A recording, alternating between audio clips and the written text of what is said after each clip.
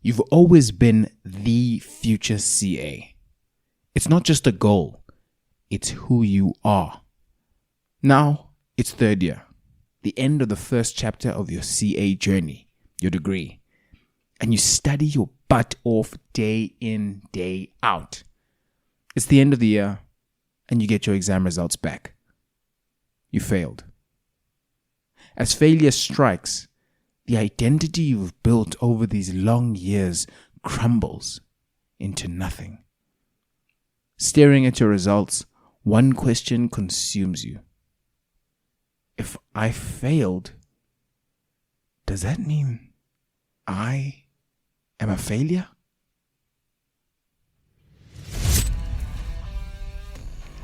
Once more, we are joined by Naairah Motala, CASA, Chief Operating Officer and Director at Ascension Capital Partners, a majority black-owned private equity fund manager headquartered in Pretoria. We chat about how you can distance yourself from the downsides of failure by diversifying your identity. We also chat about why you should not work remotely in the early stages of your career, the power of teaching for your learning, declarative information versus procedural information, the Ascension Accelerate private equity internship, the performance, process, purpose ladder of career progression, and more. I hope you enjoy. My travelers on the road to CASA. Guys, there is something so exciting I have to draw attention to. And that is the Ascension Accelerate private equity internship. Our guest Naairah has actually created an opportunity for students, something that's not really heard of in the private equity space in South Africa, but for students to actually see what is private equity and to experience what is private equity through Ascension and their internship. So if you would be interested in such an opportunity, I'm not exactly sure as to when it will open, go down into the show notes. Go and see Naairah's LinkedIn, go connect with her and send her a message to inquire about this program. Even go to the Ascension website, check it out. It is such a great opportunity to broaden your horizons and get a feel for exactly what we would do in private equity in practice. But nevertheless, if you have not already, check out part 1 and part 2, also linked in the show notes. With that, on to part 3. Yeah, the other thing that I've experienced is building meaningful connections. But I think that's something we've already chatted about. Yeah, networking, but not using networking word. Networking without networking. Yeah, it's important. Yeah. And meeting people from all different walks of life, not just people in your industry. Ooh, that's huge. People across wherever they may work, or even if they don't work, and people of various ages, old people, young people. Don't limit yourself. I think a huge thing is just to realize that not everyone knows IS2. I know it's hard to believe, but when you're in your class and you're just with accounting students all your life for this whole 4 years, and even in articles you could be in an audit firm where you're kind of restricted, or when you're in an accounting firm and you're kind of restricted to those people who know the stuff. It's not only those people in the world.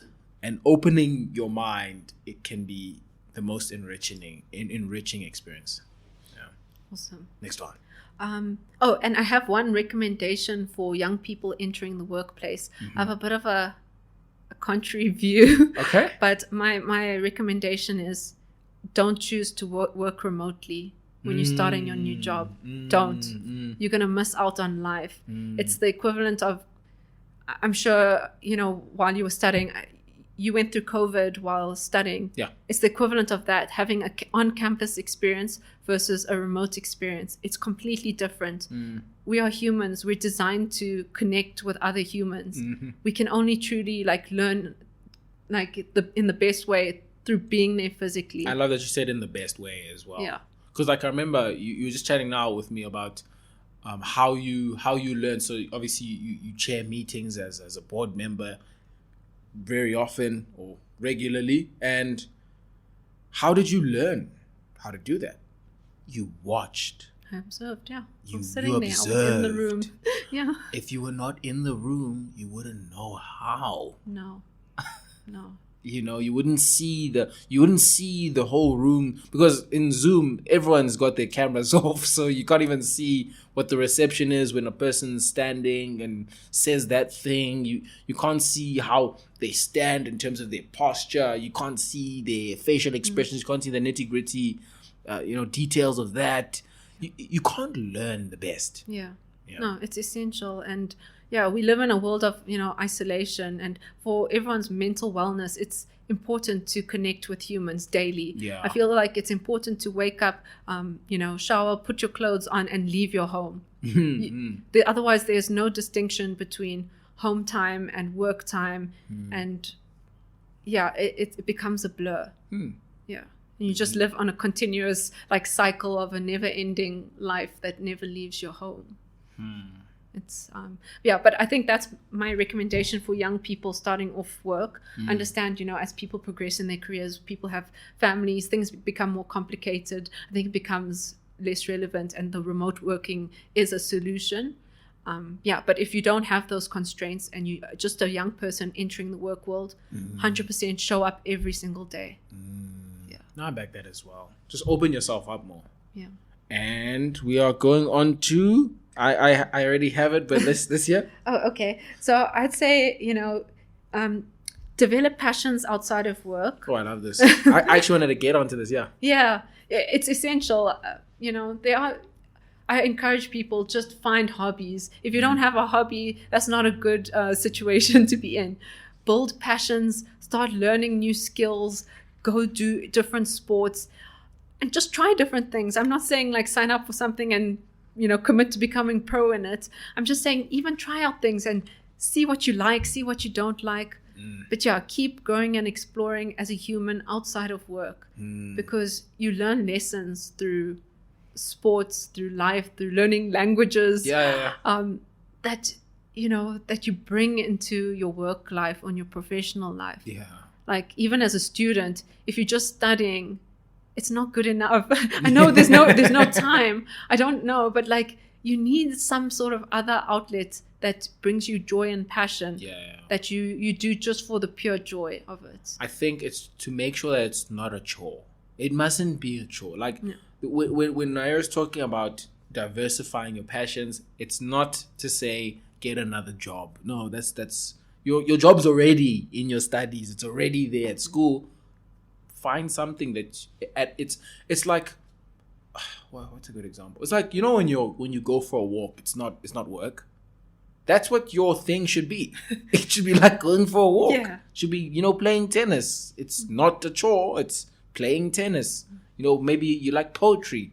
It's not a chore. It's writing poetry, reading. It could be whatever you can put yourself into, because I think we need to also not lose ourselves because this thing is hard. Studies, the professions, careers, it's hard, and sometimes it destabilizes us and drives us away from understanding that you are a human being at the end of the day. And it gets into this idea that I was chatting with one of my colleagues about, which is diversifying your identity. When you're not just Miss Accounting, Miss IFRS, Miss Taxation, when you are more than that, what you actually become is far more resilient. I even realized the reason why when I failed, I wasn't distraught, despondent, and depressed. It's because I had way more than that. I don't see my identity in CASA. That's not my identity. I'm way more. I don't even see myself in my identity in podcasting. I don't see it in writing. I don't see it in all these things that I do and that I like. I don't see it in sports. I don't see it in gym. I am so much more than that. And when you diversify your passions, you realize that this isn't everything. Yeah. This isn't everything. It's highly recommended. I think that's a piece of advice I give all my mentees. We've got the student program. I'm sure we'll chat about it. But yeah, all the things we're discussing today, health and getting the hobbies, like everyone gets that homework. It's very important. And I also want to emphasize, so that's the passion, and keep learning whatever you want to learn, like just for fun. And also teaching. I think you've chatted about this on other podcasts of yours, the value of teaching others and how, rewarding it is. And not only that, how it solidifies the understanding in your own mind, because you cannot teach if you do not understand. The more effective a teacher you are, it's actually the better grasp you actually understand whatever it is that you're teaching. I recommend it. I recommend it at no matter what level you are. You can't say you can't teach wherever you are. You can't say, oh, I'm a second year student or I'm a first year student, I can't teach. I promise you can teach. And maybe it's not called teaching, but you've got your peers. There's always someone you can teach. But I think it's very important and like sort of to caveat that, teach the right people, because this, although I'm not particularly perturbed by this, but there is that feeling of rejection when let's say you've been learning about cryptocurrencies and then you come to your dad and you're like, hey dad, cryptocurrencies, and he's like, stop, I'm busy. And it's, it's a little bit sore. Find the people that are willing to give you an ear, lend you an ear. And I think another pretty empowering belief is that I also don't like to, I sort of believe that if someone's not listening, it means that my message isn't compelling. Wow. Yeah. Like you take it as that. That's how I always take it. It means that I haven't piqued their interest, meaning I haven't actually taken my audience into account. So I need to actually learn how to because you can't speak in your language. You must speak in theirs. Wow. You must say what they're interested in. That's what's going to lend you their ear, and then you can say it. So that it's also a really great, just sort of skill to build, to make sure that you're speaking in terms of other people's interests. I think it was a principle in Dale Carnegie's How to Win Friends and Influence People. I think it was incite in others an eager want. And I was like, that's what you have to do everywhere you go. Sure. It's so challenging though. It's hard. Yeah, it's actually figuring people out. It's figuring people out. That's like the ultimate challenge in life. But it's like, how else are you going to be able to give value? Yeah. There's no other way. So yeah. And you'll actually be shocked. You're not going to have to go far to find someone who's actually just eager to learn. You don't have to go too far. Yeah. There's always someone that is hungry to learn and is desperate for that knowledge that you have. True. No matter what level you're at in your life. True. Yeah. But don't be scared to share. I think share. Yeah. I talk with my mother about stuff. She's just she's hungry to learn. And then she's such a great person for me to bounce ideas off of. And find that person that has the appetite and will be willing to lend you that ear. Yeah.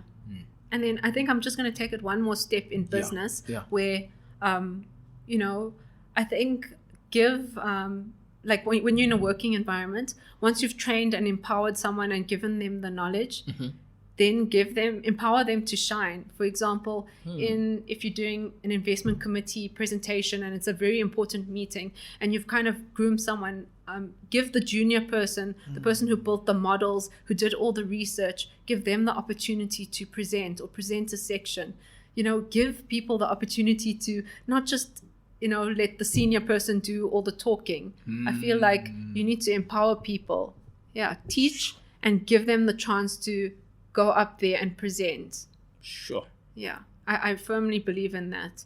And don't throw them in the deep end and just throw them, under the bus. But once you've prepared them well, you need to give them a chance to step up. Because even myself, I was granted those opportunities in terms of serving on boards and things like that. Someone gave me that opportunity. But I also got to learn and be an observer and see how it's done, so that when I transitioned into that role, I was a lot more comfortable. Yeah. So give people that opportunity. Give junior people the chance to shine. Because they need you have not been a board member since you came out the womb.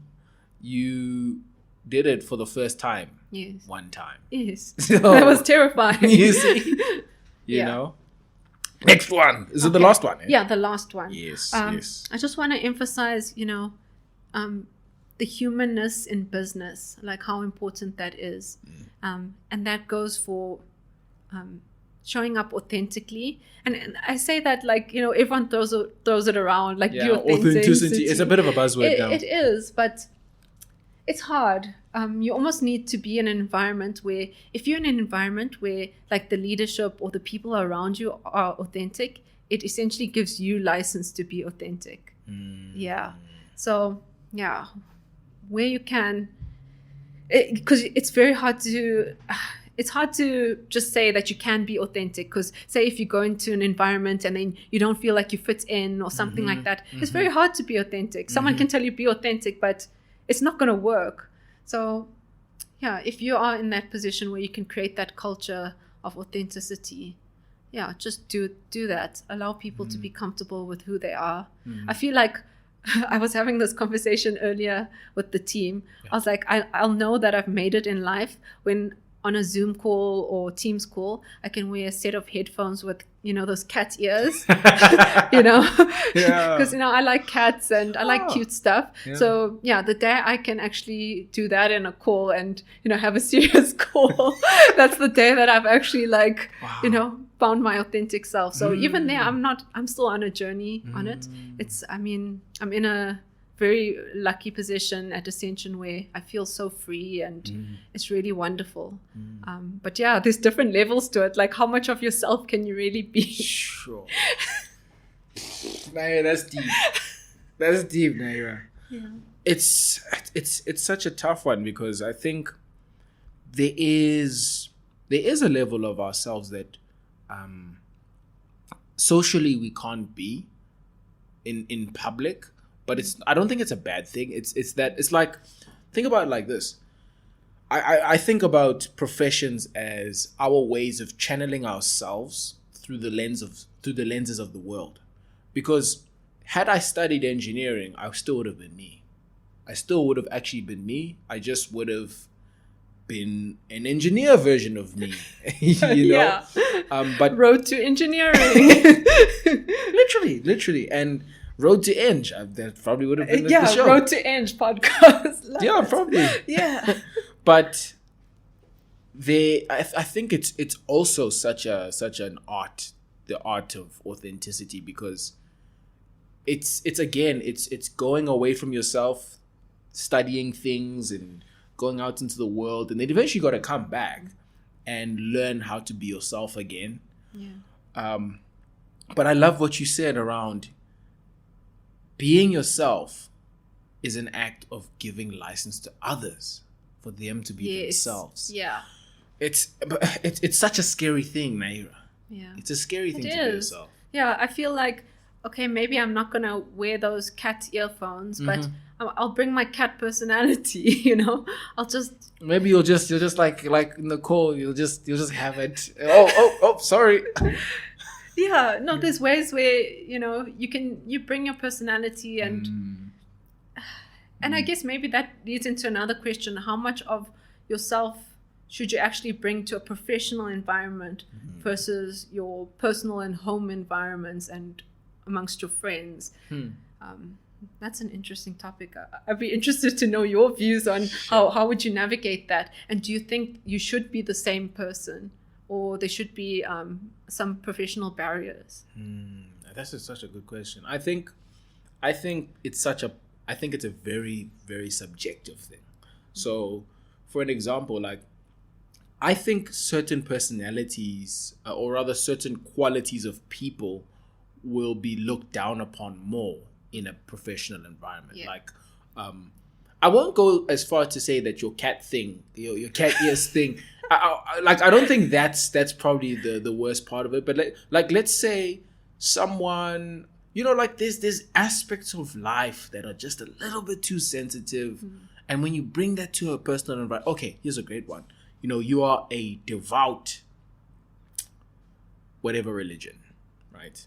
And you bring that unabashedly, absolutely to a professional environment. Now it's just a little bit like, today the world is far more diverse, and we've seen how, you know, debates on religion and politics and all sorts of things end up in the workplace. That's where it's like there needs to be a line, because there's risk that this will devolve into chaos. So the levels of us that we should bring, I think, as sort of a blanket rule, should just not distract us from the mandate that we came here to push. That's about I hear it. you. Which it could be anything. You see, cat ears is not necessarily going to have Ascension crumbling down to the floor. So maybe one day, 5 to 10 years from now, we'll see. Yeah, we'll see maybe what the future looks like. I'm sure we'll be like zooming from like another planet, or like Teams call from, I don't know. we'll have a like holographic kind of Teams meeting. Oh my goodness, please no, Naairah. Oh my goodness. You know, Mark Zuckerberg's doing that now, hey? Like, it's coming. Like, you think you're joking, but no, a lot of the things we're doing now, like even remote working, like before COVID, if you had to describe the world, it would just seem impossible. It's crazy, hey? Yeah, and that's 5 years ago. Like, it would seem impossible. Yo, it is. It's 4 years ago. Literally, the world was a different place 5 years ago. Yeah. That is insane. Yeah, That's but that's everything, it. Yeah, the only last thing I want to chat about is the student program that we run. let us chat about the Ascension Accelerate student program. What is it, and how can aspiring CAs also get in touch for it? Okay, so there's not many private equity student programs that I know of. In South Africa. So I think this is probably one of the very few, if only It's one. the only one I've ever heard of. Yeah. So, I mean, mentorship has always been an important part of like my journey throughout from the very beginning, all the places that I've worked at. And from as I've been going through my journey, when I came to Ascension, I thought it was very important to also create, you know, a mentorship and student program here to give students access to the world of private equity. Because I know when I was a student, I had no idea what private equity was. I didn't even know that this was a career path. I mean, even when you were a CA, technically, Exactly. you didn't really It was not even something that was on the radar. Yeah. So I just want more students to know about it, to know about the asset class, to know about the career path and what they need to do and how they need to gain sufficient skills and experience to be able to end up in private equity. Because generally private equity teams are very lean and small and they hire experienced professionals. So you need to know, if this is a career that you want to get into, what skills do you need to acquire to be able to enter into this industry. So the student program is a 2-week vacation work program where students will come into our office and they'll go through, rigorous, understanding of what private equity is. And they will also, be given an assignment, and they will also be presenting an investment committee presentation. Sure. So basically living, 2 weeks of what, a private equity analyst would do, financial modeling, analyzing an investment opportunity, exactly what we would do in a real life situation, and present that to an investment committee and see, what are the questions that you get thrown your way, how do you present it. And it's also a mentorship relationship that we build with our students. So even after the program, you become an alumni, that you're always part of our network. We're there in terms of mentorship, and our students always attend our events, and you're just part of our network going forward. I love that. I love the exposure angle of it, because that, and we chatted about this earlier as well. Like, I really believe exposure is the only thing you need, because exposure tells you, yes, I do want to do this, or no, I don't. Or what is even out there. Or what, literally, this exists. You know, there's this idea of declarative information versus procedural information. So declarative information or conceptual information is the knowledge of what is. Like, what is this? What is private equity? Some people have never even heard the term private equity. And there's also procedural, which is how something is. It's also called know-how knowledge. And that is the nitty-gritties. Okay, now how does private equity work? Okay, now we're going to get into due diligence. Now we're going to get into origination, into execution. Now we're going to get into all those little nitty-gritty aspects. How does the business model of private equity work? All those little things, and who do I talk to for this, and X and Y and Z. It's nitty-gritty. All procedural knowledge, which is like basically the precursor to skills. Because when you know how to do something, you go, you do it, you get a skill, is preceded by declarative knowledge. You have to know what it is before you know how to do it. Yes. And obviously you have to know how to do it before you become skilled in it. Yes. So just more exposure, more declarative information, more Ascension Accelerate programs. Yeah. In fact, Ascension Accelerate's giving you the whole thing. It's giving you declarative, it's giving you procedural, it's giving you actual application where you get to present to the IC. You know, in an IC meeting, you get to go present your thesis. That is such an important thing to give people all of these types of knowledge and skill. No, absolutely. It's been an amazing journey. We started it in 2021. And we've had, I can't even remember how many students in the program, maybe about 6 or so alumni. That's phenomenal. But every year we just keep adding more and more. And we love the relationships we're building with the students, and they go on, like now our alumni, they're all employed and they're in jobs. Wow. So it's actually, for us, it's amazing because now we have a network of young people that we would never ordinarily have ever known in our lives. And that's why I said your network's anyone. It's your peers, it's your friends. It's your friends that are not even studying accounting. It's your friends that are not even studying at university. Maybe they went to go start a business or do something else. Everyone's in your networks. And the broader your networks in terms of like age and diversity of where they are, background, the better. I love That's it. a very passionate project of mine. And you're doing it. You are doing it so well, Naairah, and it's giving so many opportunities to people who otherwise wouldn't have had, because as you said, like private equity doesn't have these programs, but also like places where there's so much value being created often just don't include. It's very exclusive spaces, which I have to commend you in public on a podcast to say you are fantastic. Thank you. If you could go back to first year, second year, maybe even high school Naairah, what would you tell her? I'd be like, teleport to the future, listen to Alunga's podcast, and then come back. No, I'm just kidding. The message I would tell the young me is, you are enough. You are good enough. It's just a simple message, but in absence of that message, you're always trying to prove yourself, which is not a bad thing. I think a lot of my my issues or the things that resulted in me, burning out, it's like a double-edged sword. Sometimes people's curse is their blessing, and or the gift is a curse, and both, it works both ways. So the message I am enough would be a good message for me to tell myself, because a lot of the issues that I faced, or the troubles I came along, like such as burnout, and it could have been avoided if I just knew that I didn't have to do these things and sacrifice and hurt myself in the process of trying to prove myself. I think a sort of thread around that is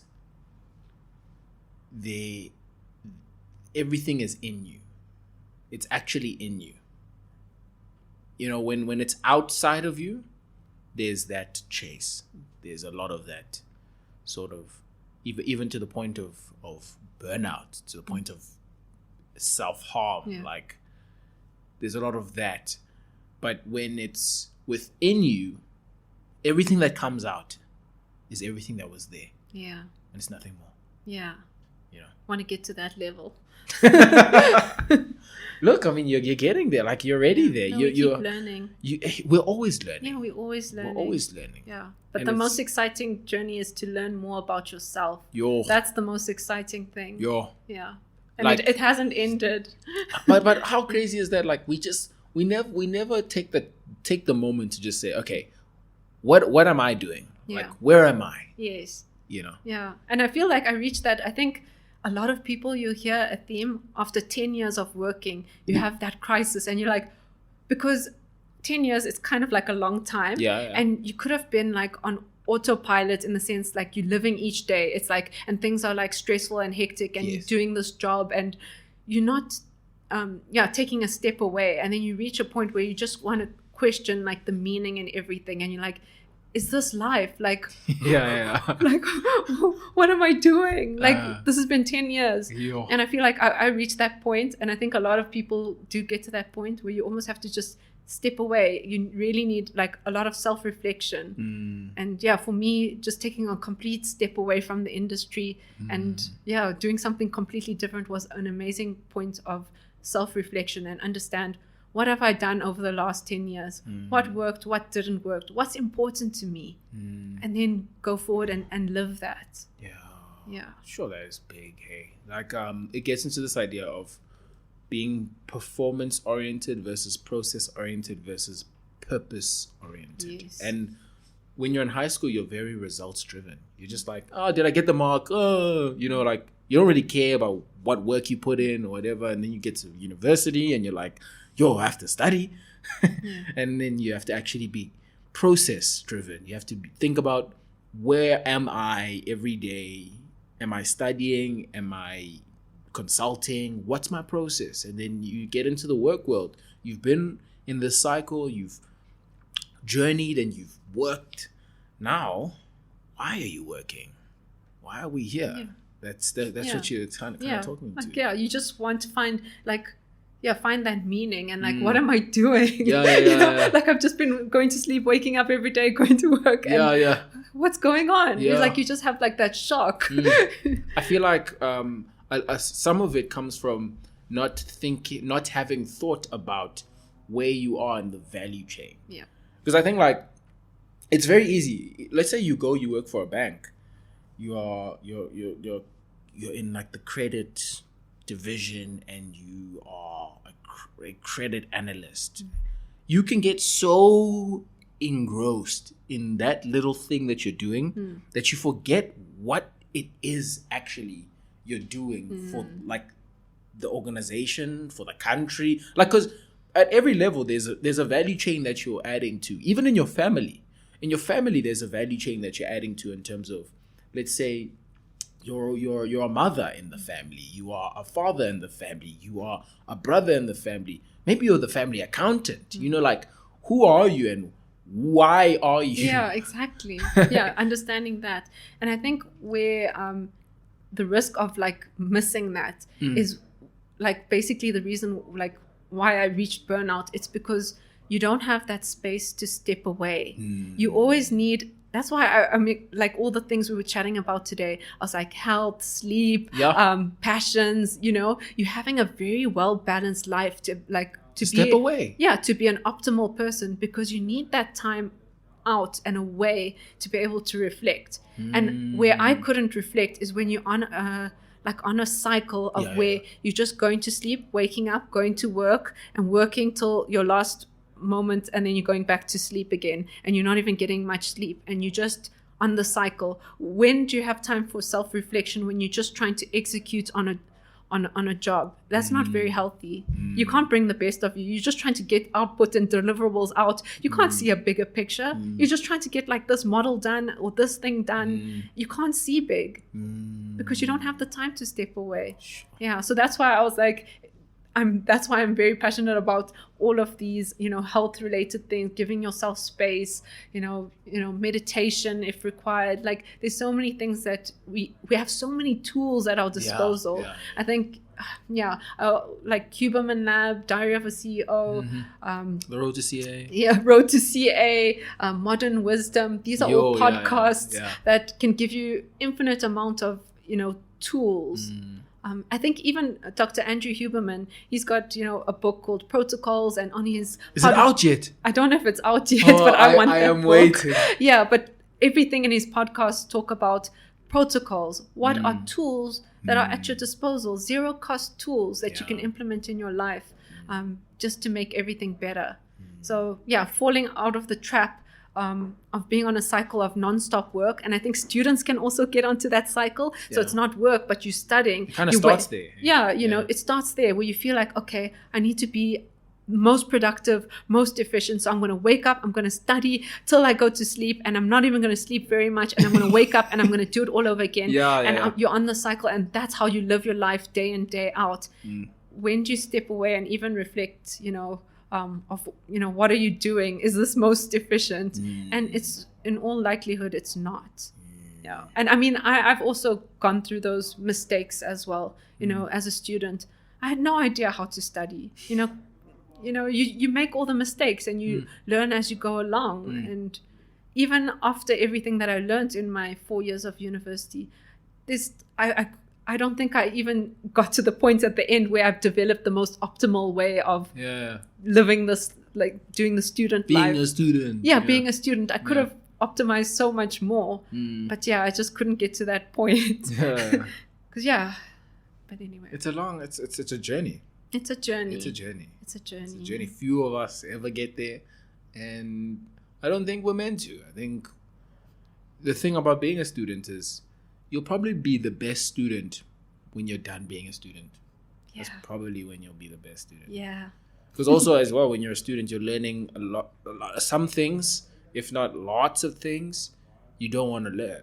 But now when you're out in the world, lifelong learning, it's on you, and there's so many things that are actually really worth learning.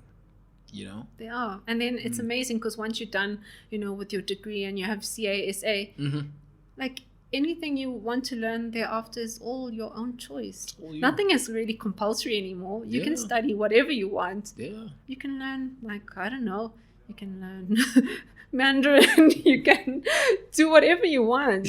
There's no limits. You can do CFA if you like that. You can do your MBA. But now it's all on you and what you want. You are enough. That's the first thing. That's the first thing, Naairah, from back then. You are enough. It's in you. It's in you, and it's going to blossom as well. I hope so. It will. I'm still on my journey. It will. Guys, if you're not already, please follow this. Oh, Naairah, you are fantastic. Again, the Ascension Accelerate program is there for you guys. I will link your LinkedIn in the show notes. That's cool. Thank you. Yes. Yeah, people can connect with you there. Guys, connect with Naairah on LinkedIn. Send her DMs, and she can even send you the brochures and whatnot about the program. And I hope it does not end, but that it begins in CASA.